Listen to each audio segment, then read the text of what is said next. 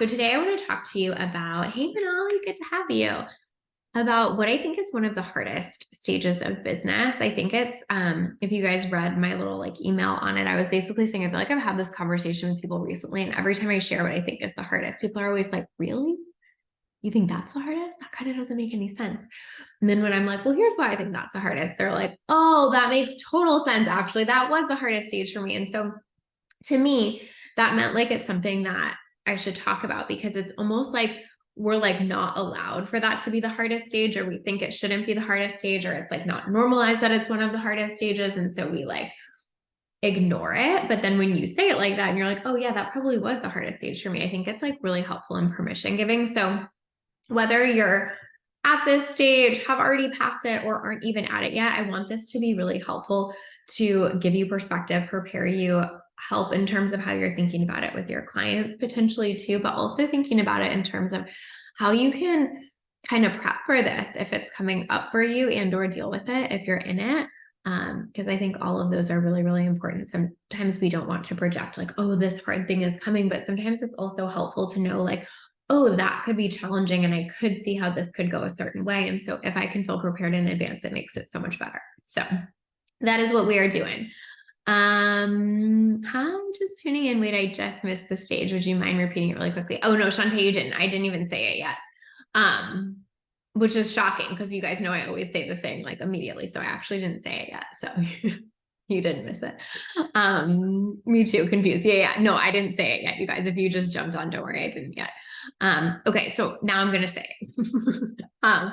So what I think is always the hardest stage of business that I see for people is typically when they are getting to, like, I would say if I had to be incredibly specific, although of course this has a range, I would say it's from about like 175 to 225K, like in that top end of 100K, very bottom end of 200K, I think is the hardest stage in business for a lot of reasons that I will share and go into. And I'll also share like how to shift those, what to think about if you're not there yet, what to think about if you're going into it, if you are there yet, what you can shift kind of immediately. But I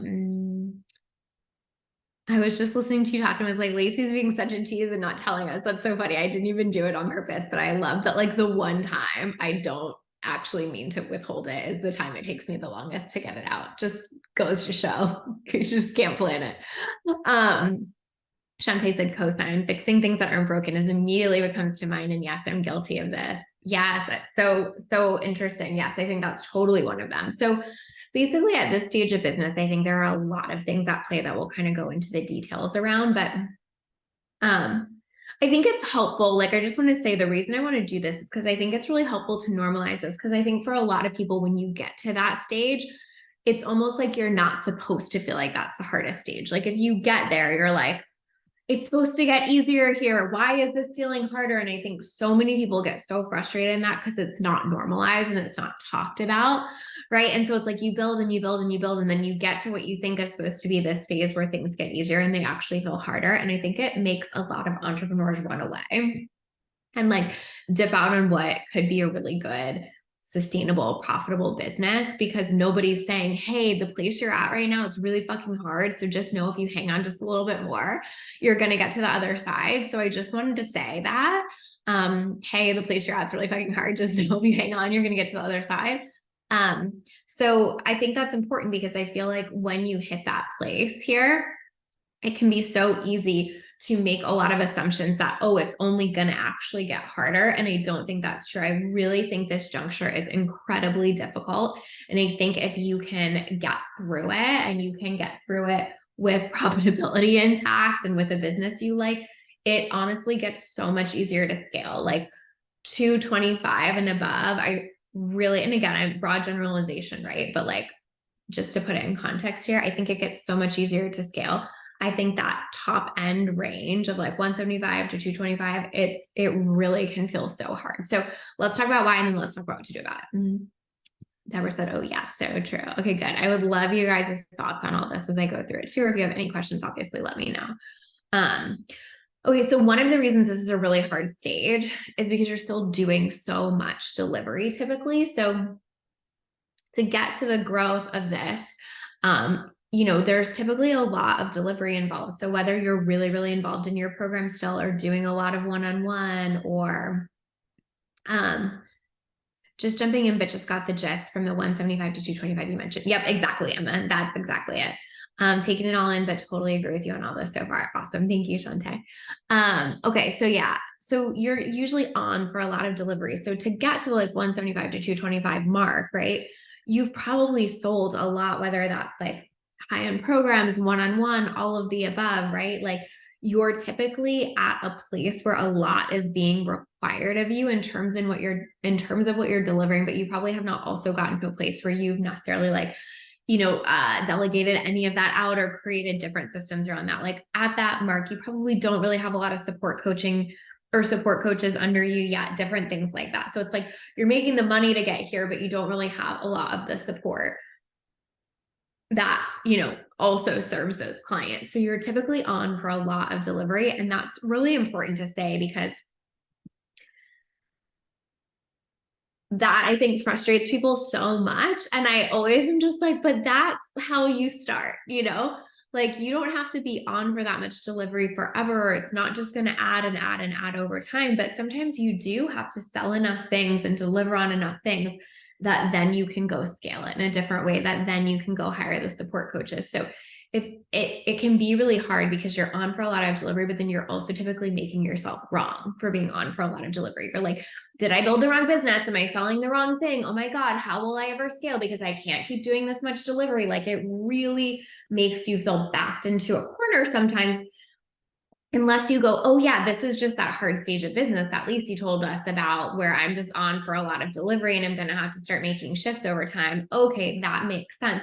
Then you don't make yourself wrong in it. But the space is like always kind of telling you should be doing something else or be doing less or whatever. And so a lot of people get to this phase and are like, fuck, I built the wrong business. And usually you didn't, right?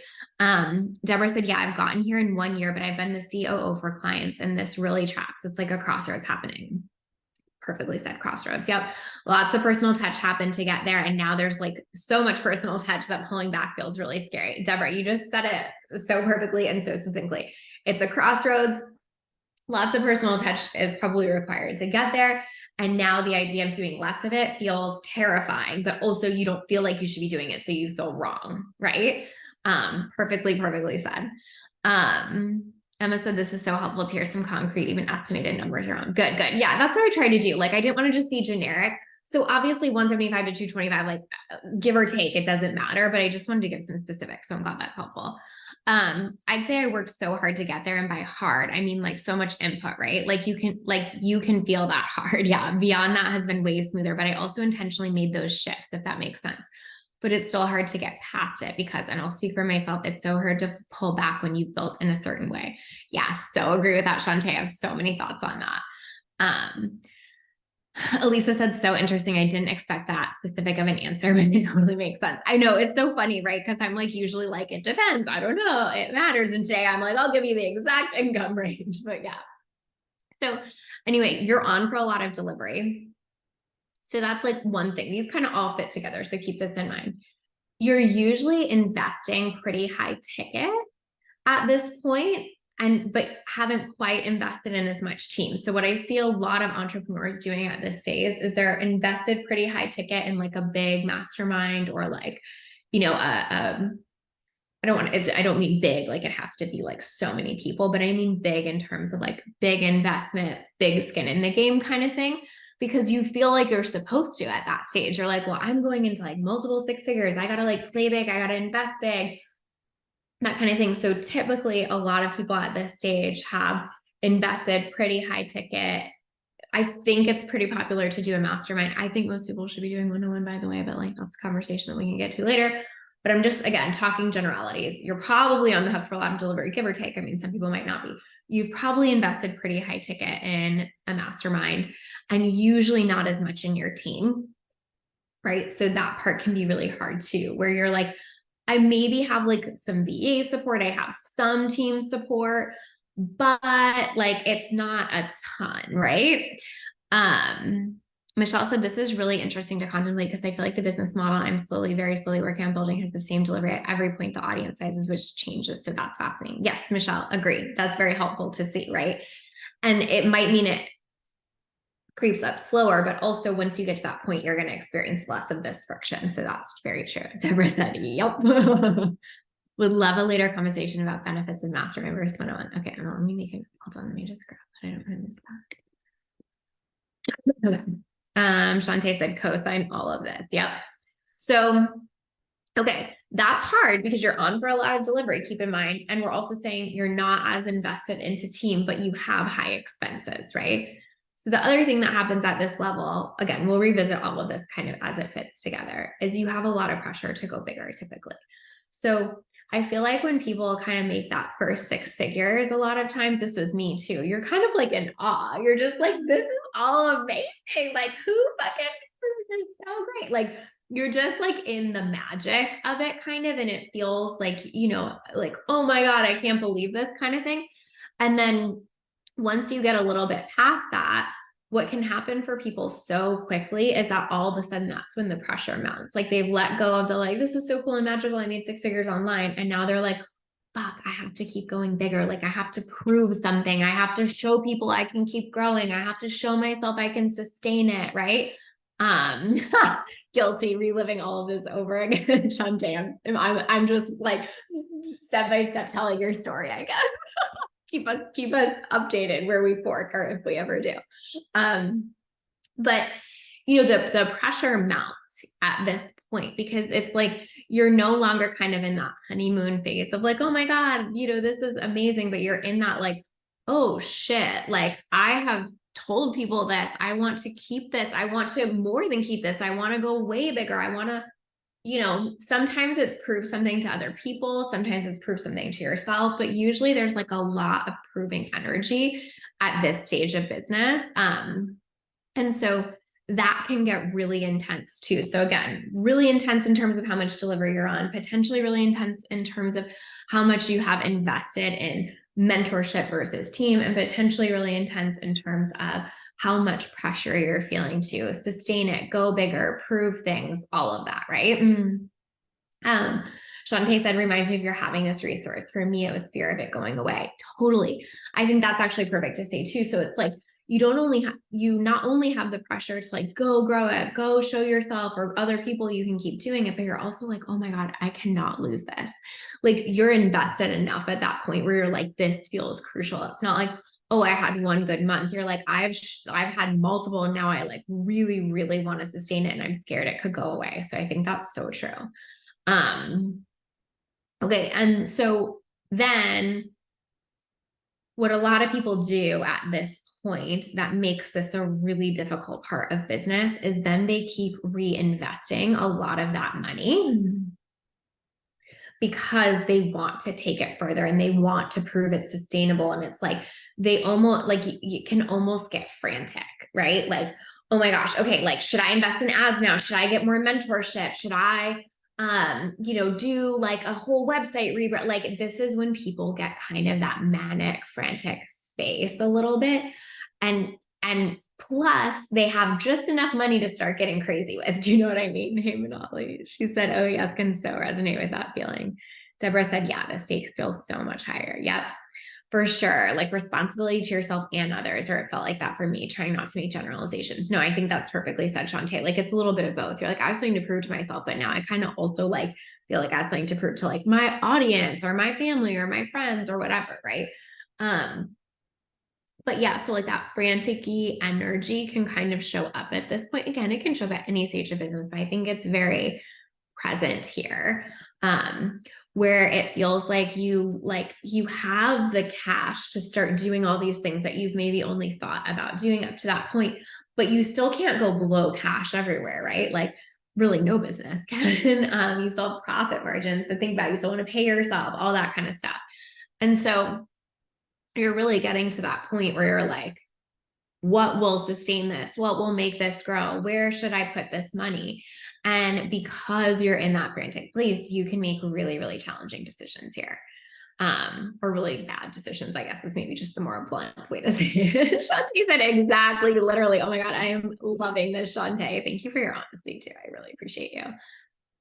Michelle said, oh yes, I know exactly how to create frantic energy in my business. Check, right? It's so real. So glad to catch this conversation. Totally resonating with the frantic energy. Love hearing you normalize this. Oh, thank you, Jordan. It's good to see you. So then what happens a lot of times at this stage is one, people will just totally fucking overinvest. And then they're on, again, let's keep everything in mind. They're on for a lot of delivery and they're totally overinvested. And so sometimes they don't even have time to execute on the things that they've invested in. Like, this is just an example, but like, say you are heavily invested in like a mastermind and Facebook ads. Plus, you're on for a lot of delivery. Well, your Facebook ads team wants you to give them all this collateral to like get started, to get up and running. Plus, you'd have to like rework your funnel and look at things there. And your mastermind, is telling you that you should also run master classes or whatever. And you're like, oh my God, I've put out so much money into these things, but I don't even have the time to like get the collateral for the ads or, do these master classes that everyone in my mastermind is telling me I should do. And so it gets so stressful so quickly because the money is out on the line for it. The time isn't necessarily lining up with that, right? And you're feeling this immense amount of pressure to keep going. This is a point where a lot of people just say, fuck it. And I don't even mean they do it like super intentionally. It's almost like accidentally, where it's just like I can't sustain this. And so something's going to have to get burnt to the ground. Shantae said it's me. I'm the problem. It's me. And of course, I think it's so helpful for people to see they're not alone. Yeah, exactly. That's my point here. Like, people go through this. You are not alone if you are at this stage or if you come up to this stage, knowing that you can almost chart the course, like just how I'm saying and just how Shantae is saying, is just really normalizing.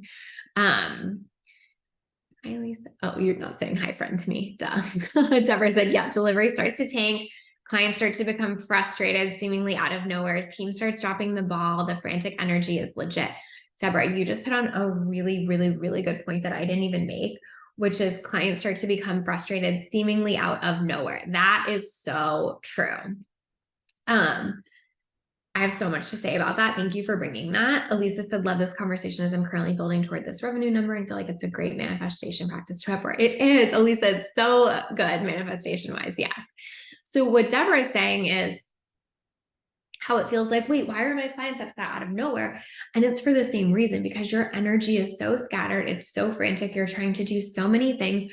You are probably going to unintentionally drop the ball with some client shit, or they're going to feel like the lack of engagement, which is really different to maybe how they felt when you didn't have all this on your plate, right?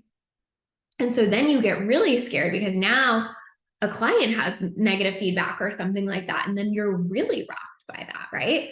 Shantae said totally, and I stayed the course. Exactly. So that's what I want to talk about next. Like, all of this is what can happen, but let's talk about staying the course. But it really is a point where I think a lot of people dip in their business. I actually, when did I last open a coaching spot? I think maybe like 5 months ago, something like that. The client I took on, I think she was making about, I think she was at about like 165K or something like that when we started. And I remember saying to her, like, you're coming up to a really hard stage in business. Like, it's not going to feel super easy right now. And I was so excited that I got to work with her from that place. She's someone who's been in my world for quite some time. She'd applied to work together multiple times. Like, it just, I always go off gut and I'm like, who can I help the most? And when she applied this round and I realized like, oh, that's what she's coming up to in business. Like, yeah, like this is the right time for us, because I was like, it's about to get really challenging. And I tried to be transparent with her about that without kind of obviously projecting like shit's about to get so hard, but being like, you're at a really tough stage and like, let's acknowledge that and know we can move through it. But I love working with people at that stage so we can normalize this, so we can help them stay the course, because I think that it is so easy to burn your business to fucking ground in this window here, because you're like, this is completely unsustainable, because it sometimes is at that point. Like, a lot of things have to change.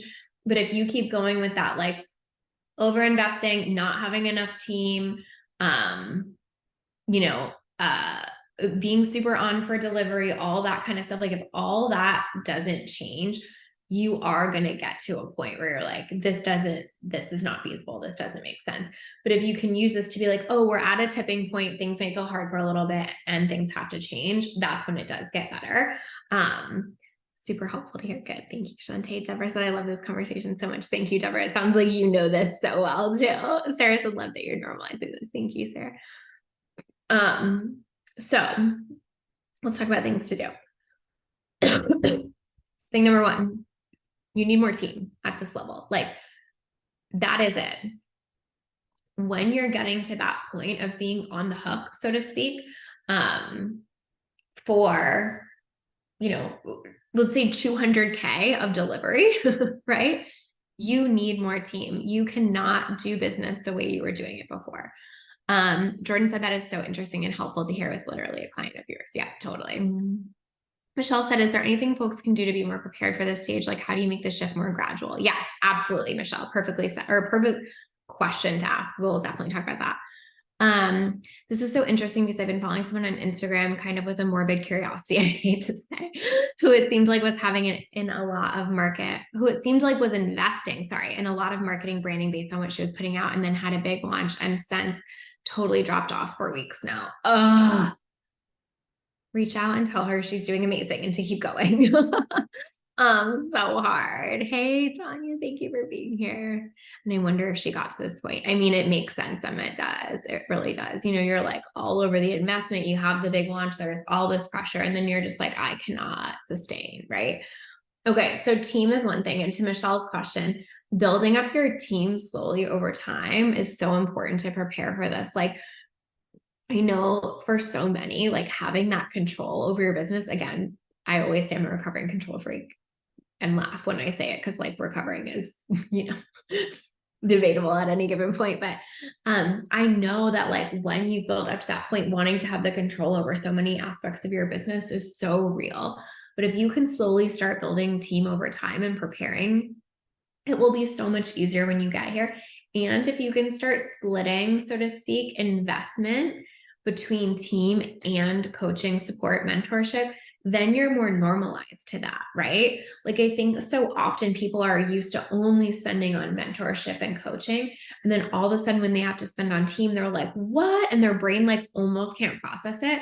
But if you start earlier doing some of both, right? It does get easier then to do it along the way, where you're not just having to make this massive shift. Like, I see so many people that are like, they would just keep investing in coaching and never get team. And it's like, at a certain point, I've like literally told people this. I'm like, it does not make sense for me to coach you unless you get more team, because I can tell you stuff to do all day, but you don't have time to do it.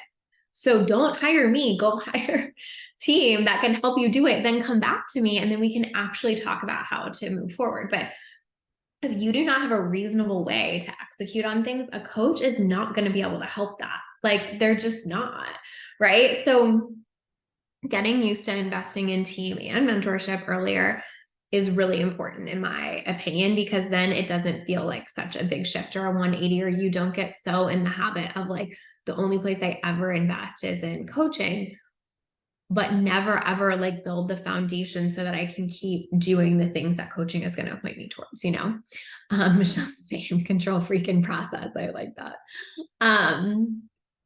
So that's one thing. Another thing is, nobody wants to hear this, but like taking time to integrate. Jordan said, I've said the same thing. They're showing up to sessions, but don't have time, hands, brain space to implement in between. Exactly. So, I know this can feel like the hard thing, but taking time to integrate is so helpful. Meaning, like, once you get to like whatever 200K, don't make your goal the next year to double your income, or Yeah, double your revenue. Maybe you will. Some people definitely do double at that stage. But I feel like that, like I just got here and now have to get there and I'm not integrating here at all. I'm not level setting my delivery and my team and my time and all of that can be such a downfall. So you're just like, make the money, make the money, make the money. And you totally lose the foundation that would actually help you make money past that certain level. So integrating is really, really important. Not feeling like you have to double every year is really, really important. Michelle, yeah, totally. She said sometimes overinvesting in coaching can show up as a trauma response. At least I've definitely felt that in myself. I agree with that totally, Michelle. It's another way we feel like we're doing business without actually doing business. Again, speaking from personal experience. Exactly. I totally feel that. I feel like these things are all things that I'm working on to break past my current income ceiling. Oh, good. Good. I'm so, well, not good that you're there, but like, good. I'm glad these are helping is how I meant to say that. But yeah, so, like, again, I'm not saying don't have big goals. Like, a lot of my clients have really big goals. Like one of my clients this year, I think I said this in a reel I did recently, but it's like she was at, I think, like 300 and made a goal to get to 500 this year and has blown it out of the water. She's probably going to about double, which is amazing. But I want to say a couple of things about that. One, she was really in the right place to do that. And two, she was past, like she was at 300, so that, again, this window with a goal to double, I personally think is really hard.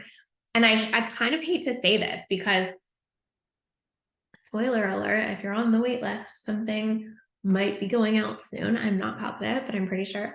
And I like would love to have clients at this level apply. And I feel like in some ways I'm kind of like, hey, if you're going to work with me, don't plan to double at this level. I'm sure they're going to be like, fuck this bitch, bye. And I kind of hate that because, I want everyone to, consider working together if it feels good for them. But just to be really honest, it's true. Like, I think in that range to be like the next year I have to double without a level set, without integration, is detrimental to your business. I'm not saying it's impossible. I've definitely had clients do it, but I usually see that it gets pretty messy to do it.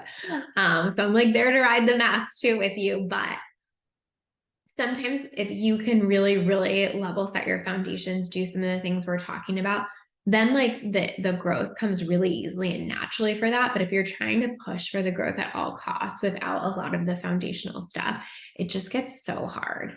Don't tease us with a good time. I mean, do that. Shantae, you're so funny. I love it. So that's another thing. Take the time to integrate. Don't have so much intensity around the goals. Like, this is a really good time to level set on goals around like delivery, team, profit margin, things like that. Another thing I would say is, taking kind of that realistic view on the growth. That juncture, I think, is a really important place for stabilization, right? And so for me, I'm always thinking long term. If you guys know Strength Finders, like I think my second strength is futuristic. Like, I'm a very futuristic thinker. I like see the path and I like think out here. And so I'm always thinking about like, what does long-term sustainability look like? Not like, how do we just make more money this year, but like, how are we setting your business up for long-term sustainability? And to me, this juncture, this like 175 to 225 juncture, if you set yourself up really, really well there, yeah, you may have 1 year of slightly slower growth, but you are set up to fucking fly after that. If you do not level set around this stage of business, you might grow, but there will come a reckoning usually, and it's typically not super pretty. And it can be fine. Like, I'm not saying like you can't work through this shit. Of course you can, but you might make it so much harder on yourself and you actually might delay your growth. And so when I say realistic view of growth, what I really want to say is that sometimes you have to slow down to speed up. It does not always look like full tilt speed, Um,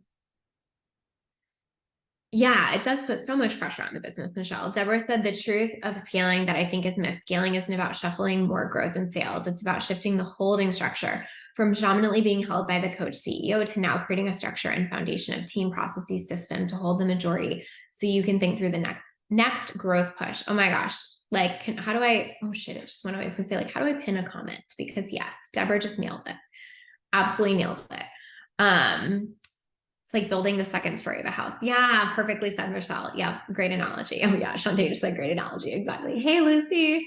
Um, so exactly that. Like you can build the second story of a house fast, but like, and maybe it lasts for a year like that until you find your foundation is shifting or whatever, and you're screwed. So I think it's so similar here. Yeah, Shantae said this was her level set year. And those aren't always like the sexiest, but they really, really are game changers and they make the growth that comes after it so different and so much easier. And so again, I feel like this is why people at this stage of business find it really hard and often quit because they don't see the forest through the tree. They don't see the path forward. They have a level set year and they're like, fuck this. That was way too much work for not as much growth as I thought I was going to get. And if you can really, again, like give yourself this grace, level set here, normalize this, and you're like, oh, sometimes you need that time to integrate, like re-solidify the foundations and whatever, then the next year is when things really pop. Yeah, exactly. Shantae's like, bring it. Like that's when shit can really pop. If you don't kind of ride the waves through that, it can be so easy to make it wrong. But it's not one of those things where it just keeps getting harder and harder and harder. It's usually one of those things where if you make some of the right choices at this stage, it gets so much easier after that. Hey, Lisa, good to have you. Um, so that's important to say.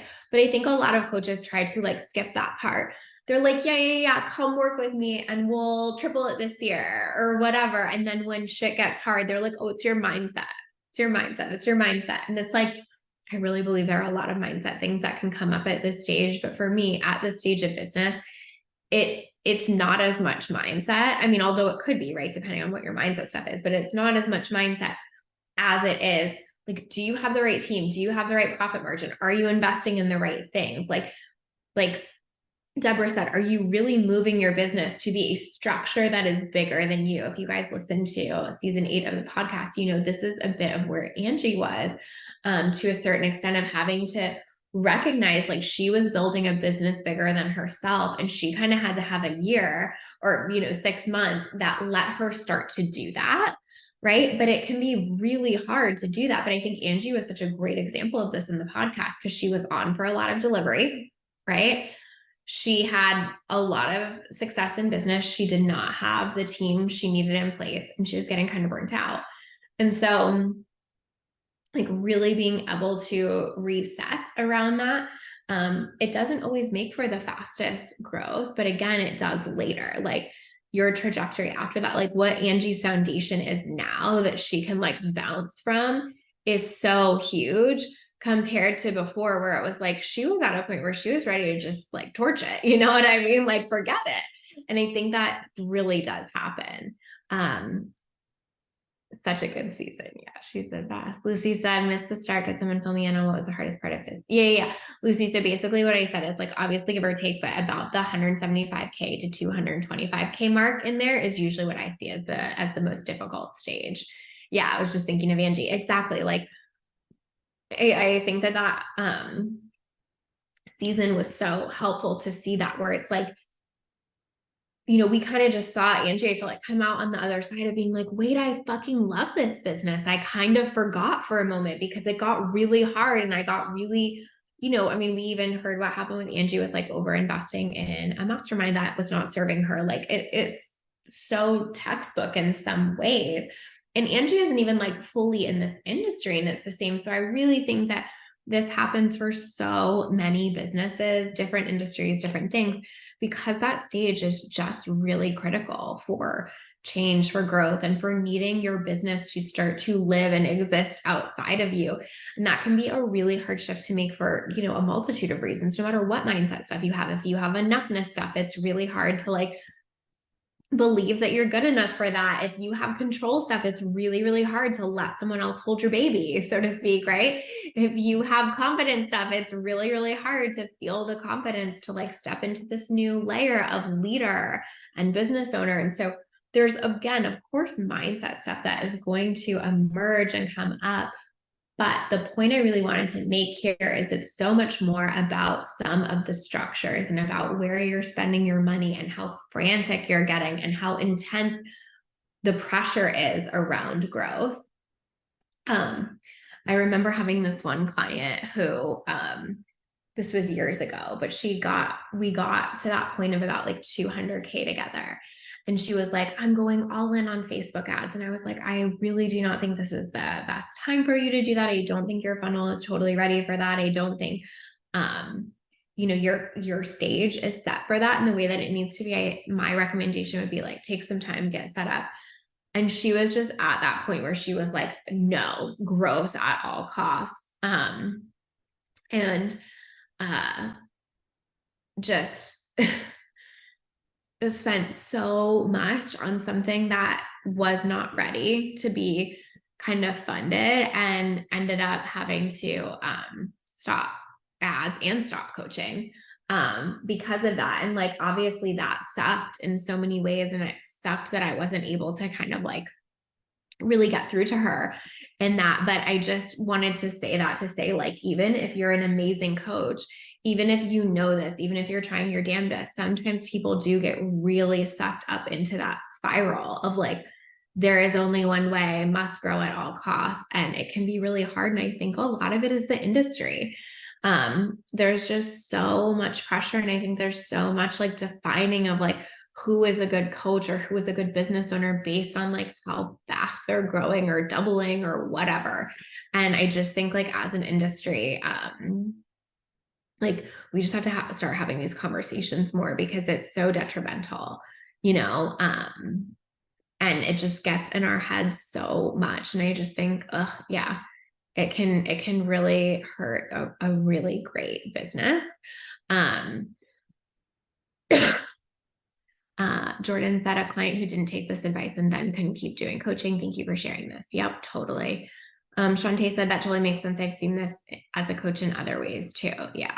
Deborah said it is so much, like you said, growth over everything is business advice, right? Like, and I just think we miss how short-sighted that is. Like, there is always kind of like a reckoning around that, whether it's because your clients are like in mutiny or whatever, because none of them have gotten on what you promised you were going to deliver on, which obviously is horrible, or it's because you completely overspent, overinvested, can't, go any further or get past it. And like, you can get yourself really backed into these corners and really stuck, where if you would just say, hey, this might be my time to like reset some new foundations. Hey, this might be my time to systematize. Hey, this might be my year where I really double down on team, and then next year we take it further. Like, if we could do that without making it wrong, it would be incredible what could happen to so many businesses. But the fact that we make that so wrong, when there's so much pressure, like I always say, it feels like as soon as you hit 6 figures, like the only thing after that is 7 figures. Like,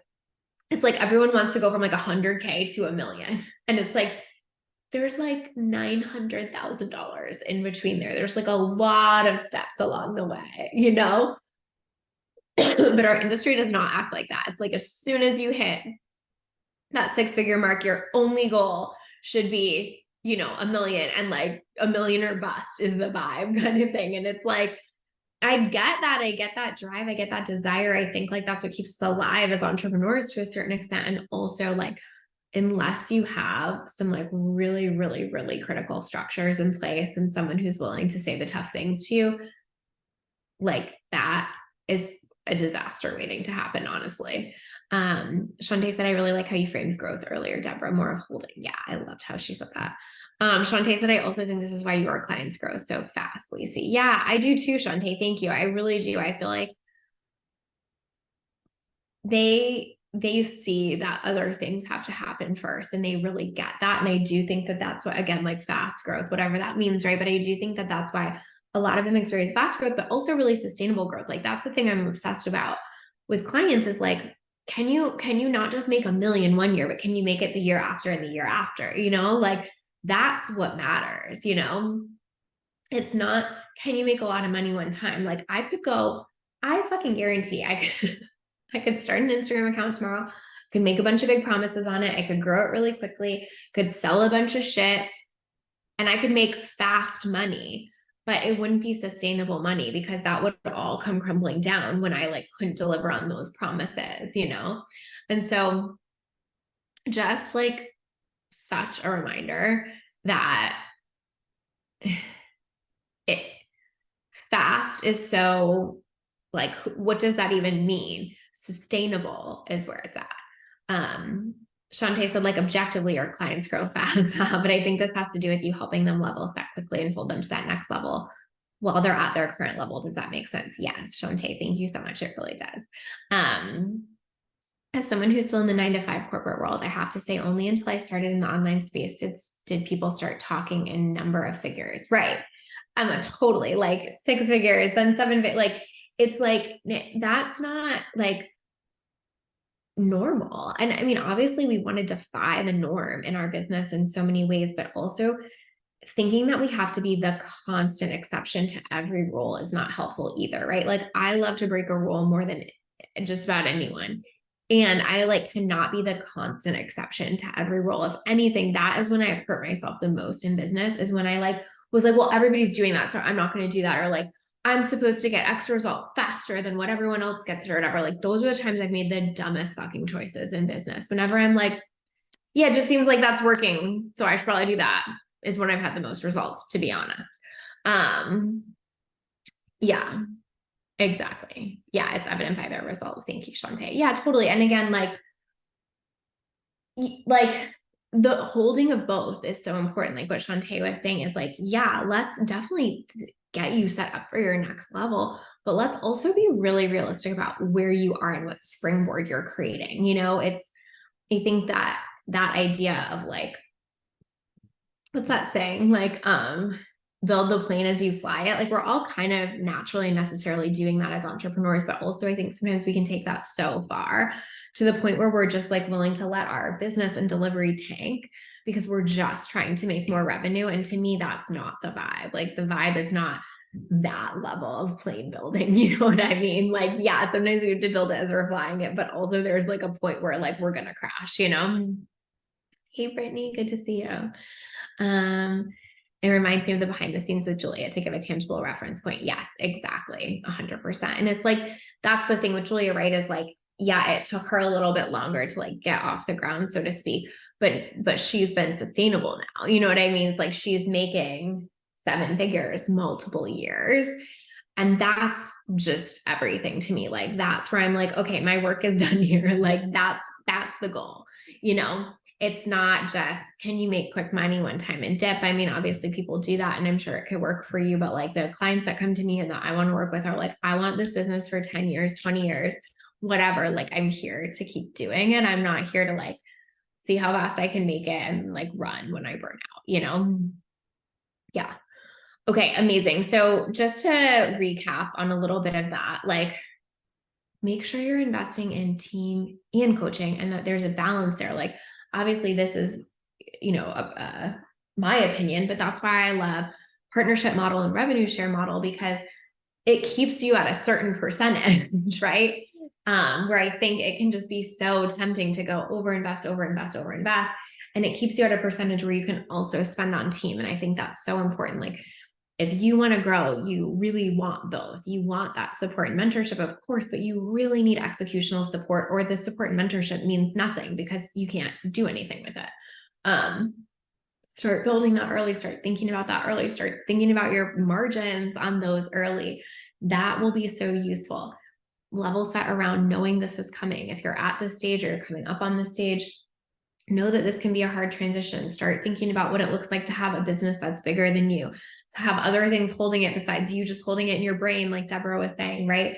To have people and processes that support that. Like you don't have to wait till you're at 175K to build that. You can start building it earlier so it feels like a smoother transition and not like you've hit a fucking wall. And three, like keep prioritizing your client delivery no matter what, even if that means you grow slower, right? Even if you have a year where you're like, all I feel like I did this year was like set up systems and support clients. Good. Amazing. You kept your eye on the right things. If you had a year where that's all you did to, again, springboard you for the next year, do not drop client delivery. Like the second you start dropping delivery on the people who built your business and on who were probably marketing for you to help you get to this point is when things get really hard really quickly, and it's really tough to come back from that. So do not let that part slip. I mean, again, we're all going to fuck up and make mistakes. Sometimes I'm not trying to be like scary. I just think it's like a mindset, right? Of like, it's not growth at all costs. It's like number one priority is like keep the clients happy, deliver on what I say I'm going to deliver, and everything else comes after that. Again, not the sexiest or most popular, but the most sustainable.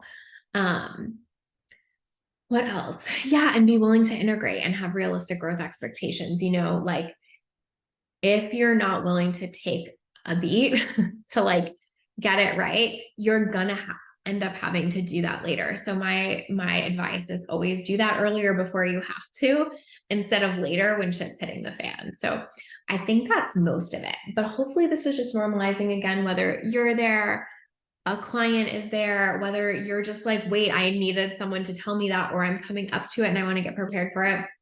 Hopefully this helps. Hopefully this is just some permission and perspective. And hopefully it takes you into 2024. One of the reasons I want to talk about this now is because I wanted it to be a bit of a reminder of like where you're at and how you're thinking about your 2024 and like maybe wanting to adjust goals and investments based on this. So thank you guys so much for being here. Reminder, $200 gift card for saying yes. And also a reminder that if you're on the wait list, you may want to check your email in the coming week. So, all right, guys, thank you so much. I hope you have a beautiful week and I'll see you next week. Bye, y'all.